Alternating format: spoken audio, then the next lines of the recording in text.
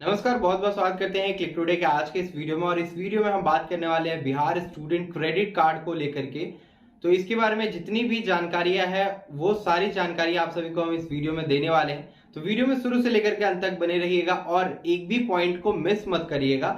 अगर आप किसी भी पॉइंट को मिस कर जाते हैं तो फिर आपको लोन लेने की प्रक्रिया में परेशानी आ सकती है, इसलिए इस वीडियो को शुरू से लेकर अंत तक देखिएगा। और मैं आपको गारंटी के साथ कह सकता हूं कि आपको कोई भी इतना ज्यादा इंफॉर्मेशन नहीं दे पाएगा। YouTube पे बाकी जितने भी वीडियोस अगर आप देख लेंगे, इनफैक्ट मेरी खुद की पहले की अगर आप वीडियो देखेंगे तो उससे आपको क्लियर नहीं हो पाएगा कि लोन का पूरा प्रोसेस क्या है, रीपेमेंट ऑफ लोन का प्रोसेस क्या है। लेकिन आज जो हम ये वीडियो आप लोगों के लिए लेकर के आए, इसमें पूरा एक एक पॉइंट डिस्कस किया जाएगा, स्टेप बाय स्टेप सारी चीजें आपको जो हम क्लियर करते जाएंगे। अगर आपको किसी भी स्टेप पे परेशानी हो तो वीडियो को दोबारा से देख लीजिएगा या फिर बैक करके जो है बातों को सुन लीजिएगा। अब हम इस वीडियो को शुरू करते हैं और आप इस वीडियो को लाइक करते हुए चलिए। हम एम कर रहे हैं 1000 लाइक्स का। आपके हाथों जो है लाइक्स जो है बढ़ने चाहिए, क्योंकि लाइक होगा तभी जो है स्टूडेंट्स तक जो है ये वीडियोस पहुंच पाएगा कि Bihar student credit card loan लेने के लिए जो है हमें क्या क्या प्रोसेसेस करना पड़ता है और कौन से डॉक्यूमेंट रिक्वायर्ड होते हैं और कितना एज तक हम इसका जो एप्लीकेशन प्रोसेस कर सकते हैं और कब कब कितना कितना पैसा आपको जो है दिया जाएगा, ये आपको मैं इस वीडियो में बताने वाला हूं। तो चलिए वीडियो को हम शुरू करते हैं। मैं आप सबको ये भी बताना चाहता हूं कि जो भी पॉइंट्स है उसको मैंने कॉपी के ऊपर नोट डाउन कर रखा है और योजना से जुड़े हुए जितने भी आपको इंफॉर्मेशन है वो हम आपको बताएंगे इस पूरे वीडियो में। तो चलिए सबसे पहले बात कर लेते हैं कि बहुत लोग जो है पूछ रहे होते हैं कि मुख्यमंत्री निश्चय स्वयं सहायता भत्ता योजना, जिसे हम जो है बेरोजगारी भत्ता के नाम से जान रहे होते हैं या सुन रहे होते हैं, बट इसे बेरोजगारी भत्ता हम नहीं बोलेंगे। इसका जो एक नाम दिया गया है मुख्यमंत्री निश्चय स्वयं सहायता भत्ता योजना, यानी कि आपको खुद की सहायता के लिए, क्योंकि आप कोई जॉब नहीं कर रहे हैं इसलिए आपको एक सहायता राशि चाहिए। मान लीजिए आपने किसी गवर्नमेंट एग्जामिनेशन फॉर्म को भरा, तो उस फॉर्म को भरने में जो पैसा लगेगा उसके लिए तो कुछ तो पैसा आपको चाहिए। तो उसके लिए आपको जो है प्रति माह 1000 रुपए के तौर पे 24 महीने तक दिया जाता है। ये एक योजना है। इस योजना के अंतर्गत जो स्टूडेंट 12th पास कर चुके हैं वो अप्लाई कर सकते हैं और अप्लाई करने के बाद जो है उनको उस पीरियड में अपना SLC या फिर कॉलेज अगर पास आउट करके कोई भी जॉब उनको नहीं मिला है तो वो CLC ओरिजिनल कॉपी दे करके और फोटो कॉपी दे करके अपना जो इस योजना का लाभ ले सकते हैं। लेकिन इस योजना का लाभ लेने का सबसे बड़ा ड्रॉबैक जो सामने निकल करके आता है वो ये है कि आप स्टूडेंट क्रेडिट कार्ड के लिए एलिजिबल नहीं रह जाते हैं। यानी कि अगर आप ये बेरोजगारी भत्ता योजना, अगर हम एक आमतौर पे बोलचाल की भाषा में बोल लें, अगर ये आप ले लेते हैं तो फिर आपको स्टूडेंट क्रेडिट कार्ड लोन लेने से वंचित कर दिया जाएगा। अब आप बोलिए कि क्या हम पूरा 24 महीने का जो भी पैसा रहेगा, 24,000 अगर रहेगा, उसे हम वापस करके क्या हम स्टूडेंट क्रेडिट कार्ड लोन के लिए एलिजिबल हो जाएंगे? तो जी नहीं। अगर आपने ये ले लिया है तो आपको स्टूडेंट क्रेडिट कार्ड लोन नहीं मिल पाएगा। ये मैं क्लियर आपको स्पष्ट रूप में बता देना चाहता हूं। अब हम बात करते हैं बिहार स्टूडेंट क्रेडिट कार्ड योजना के बारे में। इस योजना में एक्चुअली लोन कितना मिलता है और आप जो है स्टेशनरी के लिए कितना पैसा उठा सकते हैं, लिविंग के एक्सपेंसेस के लिए कितना पैसा उठा सकते हैं, क्या 4 लाख से ज्यादा भी लोन मिल सकता है, इन सारे बातों पे जो हम चर्चा करेंगे। लेकिन जो की पॉइंट्स है वो हम आपको बताते हुए चले। सबसे पहली चीज कि जो आप इस लोन के लिए अप्लाई करेंगे, एप्लीकेशन प्रोसेस में जो अहम चीजें आपसे खोजी जाती हैं, सबसे पहले तो आपको 3 फोटो लगेगा। दूसरा चीज जो है आवासीय प्रमाण पत्र होना चाहिए, स्टूडेंट जो है बिहार का स्थायी निवासी होना चाहिए।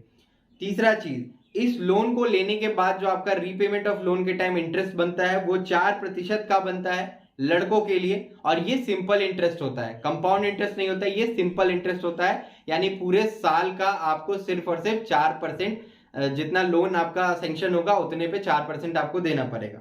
दूसरा चीज, लड़कियों के लिए सिर्फ 1% का ही जो इंटरेस्ट रेट लगता है। साथ ही साथ विकलांग, दिव्यांगजन जिन्हें हम कहते हैं, और ट्रांसजेंडर यानी थर्ड जेंडर के लिए 1% का ही जो इंटरेस्ट रेट लगता है बिहार स्टूडेंट क्रेडिट कार्ड में। इसके बाद यहाँ आपको हम बता देना चाहते हैं कि स्टूडेंट जो है बिहार से 10+2 किया हुआ होना चाहिए।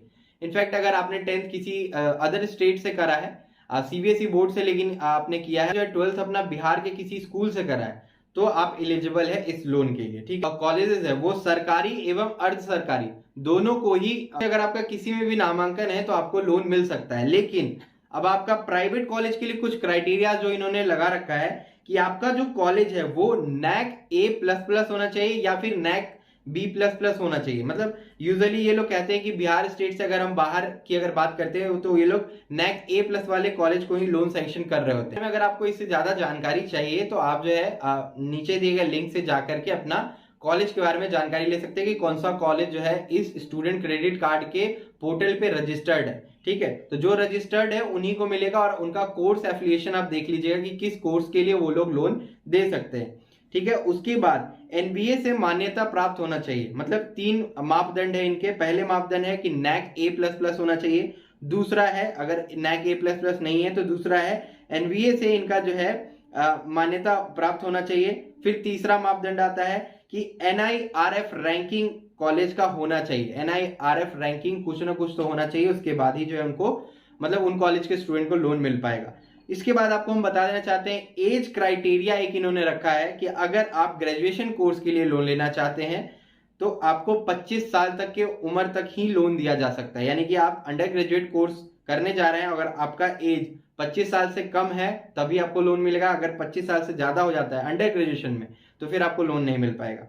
इसके बाद पीजी के लिए भी इन्होंने एज क्राइटेरिया रखा है, यानी कि पोस्ट ग्रेजुएशन के लिए मास्टर डिग्री के लिए जो है इन्होंने 30 साल उम्र रखा है, यानी 30 साल तक आप जो इस लोन के लिए अप्लाई कर सकते हैं। और सबसे बड़ी चीज, इस लोन को आप पूरे लाइफ में सिर्फ एक ही बार ले सकते हैं। जो बिहार के स्थायी निवासी हैं या जो भी स्टूडेंट है जो अपना आगे का कोर्स का पढ़ाई करना चाहते हैं वो सिर्फ एक बार ही इस लोन को ले सकते हैं। अगर आपने यूजी में ले लिया और आपने रीपेमेंट ऑफ लोन कर दिया तो दोबारा फिर आपको लोन सैंक्शन नहीं होगा। ये जो है बताया गया है DRCC ऑफिस की तरफ से। फिर इसमें जो 44 कोर्स जो है इनरोल्ड है, अभी जो है 2 कोर्स और ऐड हुआ है, एक बीएड भी ऐड हुआ है जिसमें कि आपको 2,90,000 तक का लोन सैंक्शन किया जाएगा। और एक साइड से इंजीनियरिंग भी जो इसमें ऐड किया गया है, शायद पॉलिटेक्निक या डिप्लोमा को शायद ऐड किया गया है जिसमें कि 2 लाख तक का जो है लोन मिलेगा। ठीक है, इसके बारे में ज्यादा जानकारी के लिए आप जो इनके ऑफिशियल वेबसाइट पे विजिट कर सकते हैं। फिर डॉक्यूमेंट जो आपका लगने वाला है, डॉक्यूमेंट क्या लगेगा, स्टूडेंट का जो 10th का मार्कशीट है और 12th का जो मार्कशीट है उसका आपको photocopy as well as original carry करना होगा अपने साथ। और लास्ट पास आउट सर्टिफिकेट, यानी कि लास्ट आपने जो भी किया है, लास्ट मान लीजिए आपने 12th पास किया है तो उसका आपको जो है मार्कशीट चाहिए होगा, या फिर आपने ग्रेजुएशन किया है तो उसका आपको original marksheet as well as xerox copy आपको साथ में लगाना पड़ेगा। ठीक है, ये आपका डॉक्यूमेंट हो जाएगा। उसके बाद आपका जो इंटरेस्ट रेट कैलकुलेशन का जो ड्यूरेशन होता है, जब तक कि आपका कोर्स चल रहा होता है तब तक कोई भी इंटरेस्ट आपके ऊपर चार्ज नहीं किया जाता है। इनफैक्ट कोर्स कंप्लीशन के 1 साल बाद तक आपसे किसी भी प्रकार का इंटरेस्ट नहीं लिया जाता है। ठीक है, तो ये आप क्लियर कर लीजिए कि मान लीजिए आपका 3 साल का कोर्स है या फिर 4 साल का कोर्स है या फिर 5 साल का कोर्स है, तो इन 5 साल तक कोई भी इंटरेस्ट कैलकुलेट नहीं होगा। फिर 6वें साल में भी जो आपका कोई इंटरेस्ट कैलकुलेट नहीं होगा, यानी कि 1 साल का आपको ग्रेस पीरियड दिया जाता है। उस साल में आप जॉब ले लीजिए और तब जो है आप रीपेमेंट कर दीजिए उसके बाद अपने लोन का। ठीक है, तो उस टाइम तक आपका कोई इंटरेस्ट नहीं लगेगा। तो 3 साल का अगर आपका कोर्स है तो 4थे साल तक आपसे कोई इंटरेस्ट चार्ज नहीं किया जाएगा। 5वें साल से आपको रीपेमेंट ऑफ लोन करना होगा। और अगर आपका 2 साल का कोर्स है तो 2 साल तक आपको कोई इंटरेस्ट नहीं लगेगा। फिर तीसरा साल में भी आपको कोई इंटरेस्ट नहीं लगेगा क्योंकि 1 साल आपको ग्रेस पीरियड के तौर पे दिया जा रहा है। फिर 4थे साल में आपको जो है इंटरेस्ट लगना शुरू हो जाएगा। कितना लगेगा, सिंपल इंटरेस्ट 4% लड़कों के लिए, 1% लड़कियों के लिए। इसके बाद अगर हम बात कर लेते हैं तो आपको जो डॉक्यूमेंट लगेगा, आपका आधार कार्ड का फोटोकॉपी ओरिजिनल भी आपको कैरी करना होगा। आपका जो एप्लीकेंट रहेंगे उनका पासबुक का फ्रंट पेज का फोटो जिसपे कि IFSC कोड, ब्रांच नेम, उसके बाद अकाउंट नंबर, आपका जो पिन कोड है, ये सारा चीज उसके ऊपर मेंशन होना चाहिए। फिर आपको 3 फोटो जो कि मैंने आपको पहले ही बता दिया। और इसमें जो है आपको 4 लाख तक का लोन दिया जाएगा। 4 लाख तक का लोन अगर आप लेते हैं तो 84 किस्तों पे वापस कर सकते हैं, यानी रीपेमेंट ऑफ लोन जो है 84 किस्तों में आप कर सकते हैं। अब बहुत लोगों के मन में ये भी सवाल आ रहा है कि क्या हम एक बार में रीपेमेंट ऑफ लोन कर सकते हैं, तो जी हाँ, आप एक बार में भी रीपेमेंट ऑफ लोन कर सकते हैं। अगर आप एक बार में ही सारा पैसा सरकार को दे देना चाहते हैं, मान लीजिए आपका 2 साल का कोर्स है, तीसरे साल में ही आप लोन को वापस करना चाहते हैं तो आप कर सकते हैं। इसके ऊपर आपको 0.5% का भी इंटरेस्ट जो है वो माइनस कर दिया जाएगा, यानी कि 3.5% का ही आपको इंटरेस्ट जो देना पड़ेगा। ठीक है, तो इंटरेस्ट तो आपको लगने वाला है, ऐसा नहीं है कि आपने एक बार में ही पेमेंट कर दिया तो आपको इंटरेस्ट माफ हो जाएगा। इंटरेस्ट आपको लगेगा, लेकिन उसके ऊपर रिबेट आपको यानी कि छूट दे दिया जाएगा। 0.25 या 0.5 का आपको मतलब 50 का दे दिया जाएगा। छूट, रिबेट जिसे हम बोलते हैं। तो इसके बाद अगर आपने 2 लाख तक का लोन लिया है तो आप 60 किस्तों में वापस कर सकते हैं, यानी कि ईएमआईज बनेंगे, ठीक है। और 4 लाख तक का अगर आपने लिया है तो आपको 84 किस्तों में इसे वापस करना पड़ेगा। इसके बाद जो लिविंग एक्सपेंसेस के कुछ जो मापदंड है इनके कि 8 सिटीज को छोड़ करके बाकी जितने भी सिटीज है, 8 सिटीज में जैसे कि हो गया मुंबई, हो गया दिल्ली, हो गया कैलकाटा, चेन्नई, इन सारी जगहों पे जो लिविंग एक्सपेंसेस के लिए हर माह में आपको 5,000 रुपए जो है दिए जाएंगे। 5,000 अलग से नहीं, इसी 4 लाख में इंक्लूडेड होंगे। मान लीजिए कि आपके कॉलेज का फीस ही 4 लाख रुपए है, तो सिर्फ और सिर्फ आपको फीस का पैसा कॉलेज को 4 लाख दे दिया जाएगा, इसके अलावा आपको कोई भी पैसा नहीं मिल पाएगा। लेकिन अगर 4 लाख से कम आपके कॉलेज का फीस है, उस केस में जो बाकी बचे हुए पैसे हैं उसमें आपको स्टेशनरी एक्सपेंसेस, लिविंग एक्सपेंसेस और लैपटॉप एक्सपेंसेस तक दिए जाते हैं। इस बात का आप जो है खासा ख्याल रखेंगे। इसमें 3 ग्रुप्स में जो है सिटीज को बांटा गया है, A B C. A group में जो भी सिटीज आते हैं, लाइक मेट्रोपॉलिटन सिटीज अगर हम बात कर ले, तो वहां पे लिविंग एक्सपेंसेस 5,000 दिए जाएंगे। और बी ग्रुप में जो अपना पटना वगैरह आता है वहां पे 4,000 दिए जाएंगे। उसके बाद बाकी जितने भी बिहार डिस्ट्रिक्ट के जैसे लोकल कॉलेजेस हैं, वहां पे अगर आप लिविंग एक्सपेंसेस लेना चाहते हैं तो 3,000 रुपए आपको दिए जाएंगे। अब ये लिविंग एक्सपेंसेस अगर आप ऐड करते हैं तो उस केस में आपको एक एफिडेविट लगाना पड़ेगा। अगर कोई हॉस्टल ले रहे हैं उस केस में तो हॉस्टल ही आपको फीस स्ट्रक्चर दे देगी अपना, उस केस में आप जो फीस स्ट्रक्चर ही जमा करिएगा डीआरसीसी ऑफिस में, उसके बाद वो जो पैसा है वो डायरेक्ट हॉस्टल को मिलेगा। लेकिन अगर आप अपने अकाउंट में मंगाना चाहते हैं उस केस में एक एफिडेविट आपको लगाना पड़ेगा कि आप यहाँ पर किराए के मकान में या किराए के पीजी में रह रहे हैं, इसके लिए आपको लिविंग एक्सपेंसेस चाहिए तभी आपको मिलेगा। तो ये सारी बातें जो हो गई।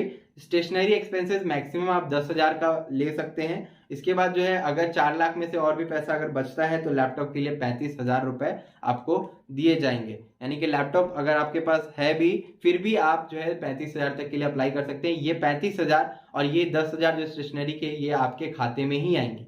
लिविंग एक्सपेंसेस में अगर आप पीजी नहीं ले रहे हो, आप अपने से कहीं रूम लेके रह रहे हो, उस केस में भी जो वो जो पैसा है आपके खाते में ही भेजा जाएगा, ठीक है, जो एप्लीकेंट है उनके खाते में। अब हम कुछ अहम मुद्दों पे और भी बात कर लेते हैं। लाइक बहुत सारे स्टूडेंट का सवाल था कि हमारे पापा का इनकम 10 लाख है सालाना, 12 लाख है, तो यहाँ पे कोई भी ऐसा क्राइटेरिया नहीं रखा गया है कि अमीर के बच्चे लोन नहीं ले सकते हैं या सिर्फ ये लोन जो है गरीबी रेखा वालों को ही दिया जाता है। किसी भी श्रेणी के छात्र या फिर छात्राएं जो है इस लोन के लिए एप्लीकेशन प्रोसेस कर सकते हैं। अच्छा बात जो इनका ये नजर आया है कि ये जो लोन है आपके सिविल में नहीं जोड़ा जाता है, यानी कि आपका जो सिविल स्कोर होता है, जो प्राइवेट बैंक्स होती है वो आपको सिविल स्कोर देख करके लोन देती है, बट डीआरसीसी किसी भी प्रकार का सिविल स्कोर नहीं देखती है। ना तो आपका गार्जियन का सिविल स्कोर देखती है, ना तो आपका पर्सनल सिविल स्कोर देखती है। क्योंकि पहले चरण में जब ये लोन का प्रोसेस आया था उस टाइम पे ये लोग सिर्फ कार्ड देते थे और बोलते थे कि किसी भी बैंक में जाकर के लोन आप उठा लीजिए। उस केस में बैंक्स जो है सिविल स्कोर चेक करती थी को एप्लीकेंट का, यानी कि आपके गार्जियन का, और आपका भी जो है चेक करती थी सिविल स्कोर। लेकिन डीआरसीसी अब जो है ये लोन खुद ही दे रही है, तो इस केस में ना तो सिविल देख रही है, ना ही आपका कोई पर्सनल लोन चल रहा है तो वो भी नहीं देख रही। अगर आपका कोई पर्सनल लोन चल रहा है, लाइक आपने कोई लोन पे फोन ले लिया या लोन पे कोई और चीज ले लिया आपने, फिर भी इससे कोई फर्क नहीं पड़ता, आप लोन के लिए एलिजिबल है। या फिर आपका सिविल 250 ही क्यों नहीं हो गया, फिर भी आपको ये लोन दिया जाएगा, क्योंकि इस लोन को सिविल से कोई भी लेना देना नहीं है, ना तो आपके पापा के सिविल से, ना तो आपके सिविल से। और अगर आपके पापा भी लोन ले रखे हैं, इससे कोई लेना देना नहीं है। साथ ही साथ जो को एप्लीकेंट होंगे, ठीक है, आपके पापा हो सकते हैं को एप्लीकेंट, आपकी मम्मा हो सकती है, आपकी दीदी हो सकती है, आपके रिलेटिव हो सकते हैं, है ना। तो रिलेटिव वाले केस में जो है मान लीजिए किसी के फादर मदर नहीं है, तो रिलेटिव वाले केस में एक एफिडेविट लगाना पड़ता है कि ये भरण पोषण जो है इनके द्वारा किया जा रहा है और आप इनके साथ ही रह रहे हैं, ठीक है। तो ये सारी चीजें जो है उसमें रहती है। तो आपको जो है मैंने लगभग चीजें जो है बता दी है। और मान लीजिए कि आपका कोर्स कंप्लीट हो गया, 1 साल कोर्स के बाद जो है ग्रेस पीरियड जो मिला वो भी खत्म हो गया, कोई जॉब नहीं लगा, तो क्या उसके बाद जो है हम लोग को पैसा माफ कर दिया जाएगा? तो जी नहीं, पैसा माफ तो नहीं किया जाता है, लेकिन उस केस में आप जो है रीपेमेंट ऑफ लोन का जो मैसेज आपको आना शुरू हो जाएगा उसे आप रुकवा सकते हैं, यानी कि होल्ड पे रख सकते हैं। इंटरेस्ट आपको चार्ज होता रहेगा लेकिन आप होल्ड पे रख सकते हैं। बोलिएगा कि हमने अभी तक की किसी भी प्रकार की जॉब प्राप्त नहीं की और कोई भी आय नहीं हो पा रहा है। इस केस में आपको कोर्ट से एक नोटरी ऑर्डर जो है लेना होगा, जो कि 100 रुपए का स्टैंप होता है। वो स्टैंप पेपर पे आपको जो है कोर्ट से ऑर्डर पास कराना होगा। वो बनवाना होगा कि उस पर लिखना होगा कि आपने अभी तक किसी भी प्रकार का जॉब प्राप्त नहीं किया और आपकी किसी भी प्रकार की अर्निंग नहीं हो रही है और आप जो है सक्षम नहीं है फिलहाल लोन को रीपेमेंट करने में। तो उस केस में आपको जो है ग्रेस फिर 6 महीना का दे दिया जाता है, यानी कि 1 साल का ग्रेस मिला, फिर आपको 6 महीने का ग्रेस दे दिया जाएगा। फिर 6 महीने के बाद आपको फिर एक अगर मान लीजिए जॉब नहीं लगा तो एक और फिर से एक नोटरी जो है 100 रुपए का ऑर्डर करा करके पास करा के DRCC में जमा करना होगा, फिर 6 महीने का आपको ग्रेस मिलता जाएगा। लेकिन इंटरेस्ट चार्ज होता जाएगा, सिंपल इंटरेस्ट है, आपको मालूम है साल भर का जो 4% है वो आपको चार्ज होता जाएगा। ग्रेस पीरियड के बाद ये जो इंटरेस्ट है वो लगता रहेगा, ठीक है। और अगर आप एक बार में ही रीपेमेंट कर देते हैं तो आपको जो है 0.25 या फिर 0.50 का छूट मिलता है। ये आपको हमेशा जो चेंज होता रहता है, तो ये आपको DRCC से ज़्यादा क्लियर पता चल पाएगा। तो जितनी भी जानकारियां हैं वो मैंने आपको जो इसमें दे दी है। और ABC करके जो इन्होंने सिटीज़ के को बांट रखा है, जिसमें कि बताया कि कुल जो है 60,000 A सिटी वालों को, ए वाले कैटेगरी जो सिटीज़ आएंगे उसमें 60,000 मिलेगा, B वाले में 48,000, C वाले में 36,000 कुल जो है लिविंग एक्सपेंसेस के तौर पे दिया जाता है। और 10,000 स्टेशनरी के लिए, जो कि हर एक सिटीज़ के लिए अलाउ है। 10,000 तक का आप जो उठा सकते हैं, 10,000 तक, उससे आगे का आपको स्टेशनरी नहीं मिलेगा। और ये डिपेंड करता है आपके सेमेस्टर वाइज। अब रही बात कि आप इसका एप्लीकेशन प्रोसेस कैसे कर सकते हैं, तो आपको सबसे पहले तो किसी भी इंस्टीट्यूशन या किसी भी कॉलेज में अपना नामांकन लेना होगा। और सबसे पहले तो आप कॉलेज चेक कर लीजिए, जिस भी कॉलेज में आप जा रहे हैं वो रजिस्टर्ड है कि नहीं इनके पोर्टल पे, यानी कि बिहार स्टूडेंट क्रेडिट कार्ड के पोर्टल पे ये रजिस्टर्ड है कि नहीं, इसको आप चेक कर लेंगे। चेक करने के बाद आप जाएंगे एडमिशन लेंगे। एडमिशन में कुछ पैसे आपसे जो है पहले लिए जाते हैं कॉलेज की तरफ से, क्योंकि आपका रजिस्ट्रेशन उसी के बेसिस पे होता है। जब आपका रजिस्ट्रेशन हो जाएगा और आपके क्लासेस जब स्टार्ट हो जाते हैं, उसके बाद आपको क्या करना है कि आपको वहां से बोनाफाइड सर्टिफिकेट ले लेना है। बोनाफाइड सर्टिफिकेट, साथ ही साथ फी स्ट्रक्चर का एक पूरा जो है फॉर्म आपको वो कॉलेज वाले देंगे या इंस्टीट्यूशन वाले देंगे। उस पर आपको फिजिकल सिग्नेचर स्टैंप लगा करके DRCC ऑफिस में लेकर के आना है और फॉर्म को भरना है। उसके साथ ये डॉक्यूमेंट्स आप अटैच करेंगे और इस डॉक्यूमेंट के साथ आपका 10th का मार्कशीट का फोटोकॉपी, 12th का मार्कशीट फोटोकॉपी, या फिर आपने ग्रेजुएशन कर लिया तो ग्रेजुएशन का फाइनल ईयर का मार्कशीट का photocopy as well as original carry करेंगे और वो आप जमा करेंगे। जमा करने के बाद आपका जो फॉर्म है वो पहले तो वेरीफाई किया जाएगा ओरिजिनल डॉक्यूमेंट के साथ। वो वेरिफिकेशन कंप्लीट होने के बाद आपको बोला जाएगा कि 1 महीने का इंतजार आप करिए। 1 महीने के बाद मोबाइल पे आपके मैसेज आएगा। मैसेज आने के बाद जो है बोला जाएगा कि DRCC ऑफिस आप जो है विजिट करिए और अपने ओरिजिनल डॉक्यूमेंट के साथ आइए। उस टाइम पे आप जो अपना ओरिजिनल डॉक्यूमेंट फिर से लेकर के जाएंगे, को एप्लीकेंट को भी साथ लेकर के जाएं और वहां पे वो वेरिफिकेशन कंप्लीट होने के बाद आपका लाइव फोटो कैप्चरिंग होगा DRCC ऑफिस में, जो कि आपका फोटो कार्ड के ऊपर मेंशन होगा। उसमें आपका सारा डिटेल्स लिखा जाएगा। वो कार्ड आप जो है लेकर के संभाल के रख लेंगे, क्योंकि रीपेमेंट ऑफ लोन के टाइम आपको ये कार्ड का फोटोकॉपी वगैरह जमा करना पड़ सकता है। अब रहा बात कि आप जो है 1 साल पढ़ चुके हैं, उसके बाद आप ये लोन लेना चाहते हैं, तो क्या आप एलिजिबल है इसके लिए? तो जी हाँ, आप 1 साल मान लीजिए पढ़ लिए अपने पैसे से, आप चाहते हैं लोन लेना, तो फिर आप जो है आगे का जितना भी फीस स्ट्रक्चर आपका बन रहा है वो कॉलेज से आप ले लीजिए। बीच सेमेस्टर में भी जाकर के आप DRCC से लोन करा सकते हैं। ऐसा नहीं है कि आपने फ्रेश एडमिशन लिया तभी ले सकते हैं, बीच में भी आप जाकर के लोन ले सकते हैं। अगर आपके पैसे की किल्लत कुछ आ जाती है तो बीच में भी आप जाके अपना आप सारा प्रोसेस करके लोन अपने अकाउंट पे, साथ ही साथ कॉलेज के अकाउंट पे जो भी पैसा होगा वो भिजवा सकते हैं। तो ये प्रोसेस रहेगा। इसके अलावा भी कोई अगर आपको सवाल है मन में तो नीचे कमेंट करके पूछ लीजिए, क्योंकि कॉमनली बहुत सारे स्टूडेंट को जो है मन में उलझने रहती है। और एक सवाल आपका लगातार यही आ रहा था कि जो एडमिशन या रजिस्ट्रेशन के टाइम पे हम जो फी पेमेंट करेंगे वो पैसा हमें कहाँ से मिलेगा? तो वो पैसा कॉलेज आपको चेक बना करके वापस करेगी, या फिर कॉलेज बोलेगी कि अगले सेमेस्टर में आप इस फीस को एडजस्टमेंट करा लीजिए। तो जो आपने पैसा दे दिया है उसका ब्यौरा जो है आप DRCC के फॉर्म भरते टाइम जो नहीं देंगे, वहां पे जो भी आपके टीचर या वो जो भी वहां पे एग्जीक्यूटिव उपलब्ध रहेंगे DRCC ऑफिस में, उनसे बता दीजिएगा कि सर जो मैंने 50,000, 75,000 या 1 लाख जो भी मैंने पैसा जो दे दिया है वो पैसा मैं कॉलेज को दे देना चाहता हूँ और उसके आगे का जो बचा हुआ पैसा है उसके लिए मैं अप्लाई कर रहा हूँ, तो वो भी प्रावधान है। या फिर जो है आप पूरा अमाउंट जो भी रहेगा उसका अप्लाई करके दे दीजिए। पैसा जब रिसीव हो जाएगा आपके कॉलेज को, आपका फर्स्ट सेमेस्टर का रिजल्ट अपलोड हो जाएगा, उसके बाद ही जो है आपको चेक बना करके कॉलेज आपको पैसा वापस करेगी, जो आपने at the time of registration या एडमिशन खर्च किया था अपना।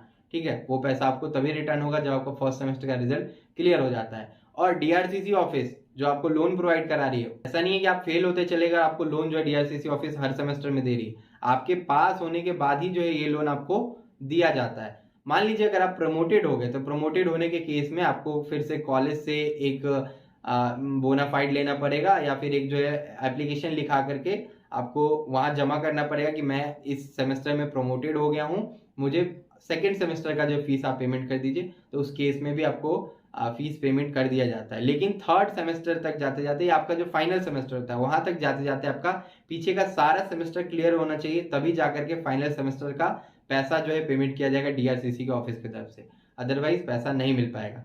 अब इससे ज्यादा जुड़ी जानकारी के लिए आप हमारे ऑफिशियल दिए गए लिंक पे जाके क्लिक करें, जो कि वीडियो के डिस्क्रिप्शन बॉक्स में है। हमारे ऑफिशियल वेबसाइट को विजिट कर सकते हैं, जो कि क्लिक टुडे के नाम से। वहां पे जाकर के आप Bihar student credit card search करेंगे तो आपको पूरा डिटेल सामने निकल करके आएगा। योजना से जुड़े हुए जितनी भी जानकारी है ये आपको हमारे ऑफिशियल वेबसाइट के ऊपर भी मिल जाएगा। इसके अलावा अगर आपका कोई सवाल या सुझाव हो तो नीचे कमेंट बॉक्स में कमेंट कर सकते हैं। तब तक के लिए हम चलते हैं, धन्यवाद।